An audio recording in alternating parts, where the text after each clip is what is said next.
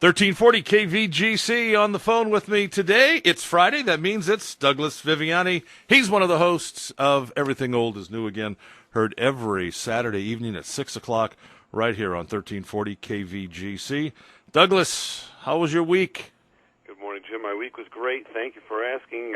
We had quite an event here on Long Island. We've got a team Little League team of 13-year-olds that play from Comac, the best players in Comac, which is a town right over next door from me, a couple doors down, so to speak. And they are out in the Little League World Series for the intermediate level, they call it. And they're in Livermore, California, which is about, 85 miles from you? Yeah, Livermore, right. And they played a team from Danville a couple times to play into a playoff. They beat that team. That's a team close to you fellas as well. I mean, it's about an hour and a half, I guess, for you, something like that, right? Yeah. And then last night they played a game. You can watch this on the internet. It's so great to have this feed. They played a game, top of the seventh inning. It was 10-6. They were losing. They had a 5-run rally, go ahead 11-10. And then bottom of the seventh, Texas, is a team they were playing, came back. So in extra innings, they played an extra inning game, and they turned out winning 15-11. And believe it or not, I went to high school with the dad of one of the players, excuse me, on the Comac team. So they're all excited. They post things on Facebook left and right, and their favorite thing to do apparently after winning is a celebratory hamburger over at the In-N-Out Burger. That we don't have that here, so that's reward enough for them to continue to keep on playing well. We talked about the best burger a little ways back, and that's really a treat because, as you know, that In-N-Out Burger is a West Coast franchise. It's so great. It's funny you say that because when we were talking a few weeks back, it might have been last week or the week before, I thought about In-N-Out, and when we went to pick my son up, Jake, he'd been in Italy for a month, and when we were coming back from the airport was it last week or the week? Yeah, I guess it was last week. He wanted to stop at In-N-Out, and I was going to say that to you, and I'm thinking, he doesn't know what In-N-Out means. He may think it's a convenience store or something, But yeah, In-N-Out started in Southern California, and then slowly have moved through to Northern California now. And I don't think they're in Oregon or Nevada. They may be in Nevada. I'm not sure. But yeah, it's definitely one of those West Coast. And you have things in the West Coast or over on the East Coast that we don't have here either. One of the most interesting things that I've always thought about is best food. We have Best Foods mayonnaise here in the West Coast. You guys have Hellman's mayonnaise over there. Why? Why not? It's the same package. It looks the same. Yeah, and for all we know, they're all owned by the same. It is. It's got to be. It's the company. I know. It is funny. I was thinking about the Little League, though. It brings me back, thinking about Everything Old is New Again. It brings me back to the day when I used to coach Little League, and I know you coached Little League for quite a while. My experience was that I was even doing it in high school and college and thereafter, and I still do it now. It's just it's a great way to get kids to socialize and interact with each other. I had a situation where I had a kid that was ostracized from his teammates and which basically are his classmates for one reason or another, and we took him aside and taught him how to catch because no one wanted to catch at that age. It was a little bit of like a 13, 14, 15-year-old, and they sooner or later he became a real good defensive catcher. Anybody could do that if you worked hard enough, And he got down and dirty, and one of the games they blocked the plate and tagged the player out, and as a result of his working hard, and he still couldn't hit, but even without that, he was able to perform well on the field. That he then became one of the gang of these schoolmates, and they overcame that outside looking in, kind of thing where he was not part of the club at school, and then he became accepted. So sometimes these experiences are they widen your horizons to hamburgers, hot dogs, or even to some lifelong friendships. My experience with Little League, had a great experience playing Little League. I was able to luckily through my job here, I've been able to. I mean, I get off at. Well, if I want to get off at 10 o'clock in the morning, I can leave. But 1, 2 o'clock in the afternoon, always. But I've always been able to coach my son's teams. Or speed. I don't think I've missed hardly any of my 3 sons' games of any sport that they've played. But coaching, great experiences on the field, and even with parents. The term Little League parent, that is true. There is Little League parents are like no other parent in any sport, and until you experience, you don't know what I'm talking about. But I also served as president of the Little League 2 different times. All right, in that 1 year, each term was a year long. I experienced more grief than I had in 20 years working in a job. You imagine you've got 400 kids in our Little League, and you're trying to please 400 families. I have a hell of enough time pleasing my one family, let alone trying to make everybody happy. But I have nothing but good experiences. I mean, I'll go away when I leave. The microphone here and go wherever we go when we pass on. I'll have good fond memories about Little League. That's great to hear. I feel the same. There's always that issue with the parents and the umpires and so forth, the people arguing, what have you. I always try to hold that off by having a meeting with the parents ahead of time, and not to be negative, but boy, there's only something about 600 Major League Baseball players, so let's relax and have some fun. We've got so many ball players.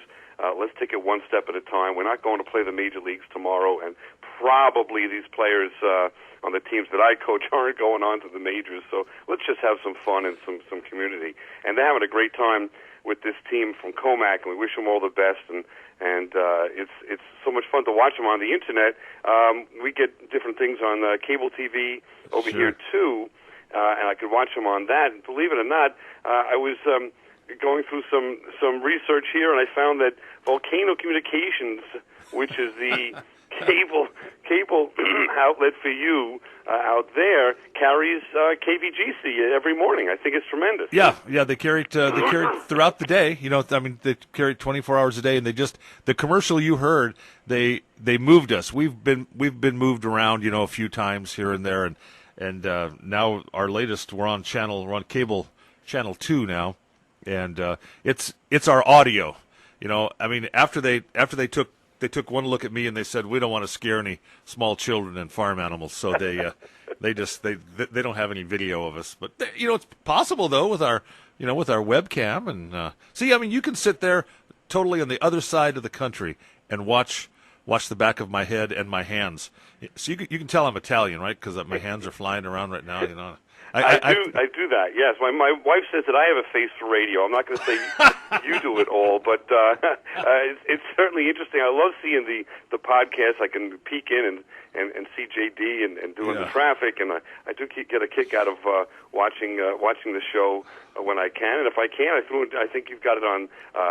You can click the button there and on your cell phone, and I can listen to it sometimes in the car if I want to. So it's really live and local is interesting. It's I don't know, local United States is really kind of local if you're interested enough to plug into different areas of the country, Right. With our communications. That's... Speaking of plugging in, I don't know if you had an opportunity to see my or listen to my substitute I had last week that I plugged into the host position instead of me when I was at the Eternal Convention, this barbecue guy, but we got quite a reaction to that. I thought I was listening to, at first I'm going, well, what was this? This sounds like one of Tony Soprano's crew members or something here, going on, and then I listened a little bit more, and then he kind of grew on me, you know what I mean? You should bring him back more. I think we will. He does have some great point of view of if you can get through the accent and get through the attitude. He's got such a zest for the barbecue itself, and he takes it down and makes it. If you listen, if you can get through the little, I guess you'd say he gets along with Dave, but he also gives Dave a nudge right back. And I think Dave was on his heels a little bit there, and he had some fun with it. But the fellow, he has a lot to say, and what he says does make some sense on the barbecue. So we'll definitely have him back. It's funny how you get characters that get on the radio and you don't see them, you just hear the personality. It comes right forward, right through it. It's crazy. You know what would be a good deal? Next time David goes on vacation, you and Barbecue Guy do the show together. I'd be just like Bob and Ray then, if you get the hint on that side of it. It'd be hard to distinguish sometimes the two voices. He did sound a little similar, but I could try. Is he a family member of yours? He's a distant relative. We want to talk about that I'm Italian on the East Coast, so we'll leave it there. But let's put it this way: one of his favorite inspirations is the movie Godfather, when Clemens is making the spaghetti sauce. If you remember that, sure, absolutely. That inspired him to become the barbecue guy. You know that I don't want to venture too far off here, but that movie, that movie had a big impact on me, and not just because of the story, but I was a sophomore in high school. Was that? Yeah, 8th grade freshman in high school, and still to this day when I watch it, the visuals, the filming of that, it was the first movie that I've ever saw in my life that looked real. For some reason, that movie looked real, and the way it was filmed, and it wasn't all bright. There were shadows and there was dark, and and they got a lot of it pretty right. I mean, I've grown up in pretty much Italian families all my life, and it was pretty true. The house, the way the houses looked, and just the way people were dressed and talked, and just the visual. You can almost smell the movie. You know what I mean? Absolutely, and they did that by going to scenes and locations on Long Island and around New York that and especially the first movie, that really gave you the feel. It was a real house. It wasn't a set. It was a real when I forget his name, but he got killed at the toll booth. Mm-hmm. And Sonny got killed at the toll booth. That was a real toll booth that I still go through to Jones Beach on the way to Jones Beach from going to the theater there or to the beach itself. So these areas are still around. That's what I think makes it great. It wasn't a set; it was just right there. The compound was in Long Beach, New York. So it was so interesting the way he did that. And it comes alive. Certainly, it also shows the more, especially Godfather 2 shows the motivation. What made these people do this? They didn't just do it because they were evil. They did it as a way and a means of either caring for their family or taking care of their family and making a living, and not saying that it was the right thing to do, but at least it made you understand them. They weren't something being from another planet that just came here and did evil things, you know? Right. So, well, what do we got coming up on Saturday? We have a inspiration from, let's say, between the 4th of July and Barbecue Man. We've got the inspiration from Coney Island's hot dog eating contest to go ahead, and we're going to have our own Everything Old is New Again competitive eating contest. We're going to stuff our faces, so to speak, with, let's say, eggs one time, and we've got another contest for chicken nuggets and donuts and Twinkies and pizza. And we do it a little different way, though. Instead of sitting, because on the radio it'd be kind of dull to sit here and listen to us chewing for 10 minutes on these contests. But we say, okay, if the record for pizza is 7 slices in 7 minutes, that then translates to 1 slice per minute. We go ahead and do 1 slice and see if we can beat the 1 minute. And so I think I'm going to have my lunch there when we record that day, and it's just going to be a lot of fun. Are you going to dip them in a glass of water and how we do. We're going to talk about our different methods. We're trying to research and see what's the best method to get these things down as quickly as possible. And really, is it a sport or not is really the question. You see it's starting to grow and grow. And if you go online and take a look, talk about Volcano Communications and in the internet and so forth. If you take a look at these contests, there's got to be about a list of about 100 different foods that people are now competitively eating. Mm-hmm. So it's I don't know if it's a sport or not, but something's going on. It's really catching on. So we're trying to figure out that phenomenon, what's happening with all this.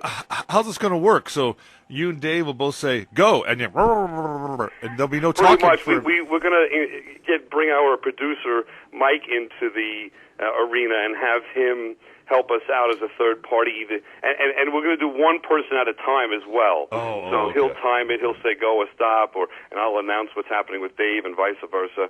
And and so we're gonna try to beat a record here and there, or at least see if there's something that we are good at, that we can actually win an award at. If we could be somewhat within the area, maybe we'll join the competitive eating team. If not, we'll say it's not a sport and it's ridiculous, and we'll move on. So your choice, would it be eggs, pizza, chicken nuggets? You mentioned donuts and Twinkies. What would be your choice of food? Without hesitation, the pizza would be my number one. That I think I subsided on pizza for years when I was in law school and studying, and no time to do much. And New York pizza's always so good. So I think that I could down. The volume, that's for sure. Now, how quickly I could do it, we're gonna see. But I think I'd love trying anyway. That would be the one that I'd go for. What about you? I was looking at the list, going, Twinkies, probably because I could jam the Twinkie in, and I haven't had a Twinkie in a long time. So a Twinkie sounds good. I had pizza a couple of nights ago. Chicken nuggets, maybe.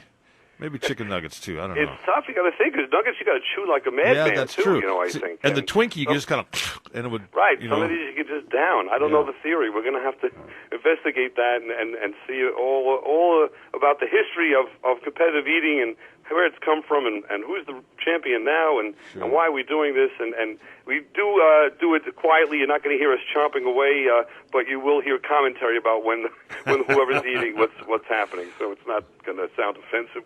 We're at the dinner table with Aunt Marge that's chewing loudly, Ladies and gentlemen, it's the first annual Everything Old is New Again eating competition this Saturday night, 6 o'clock, right here on 1340 KVGC. Douglas Viviani, thanks for visiting again this week with us. My pleasure. Go Comac in the World Series.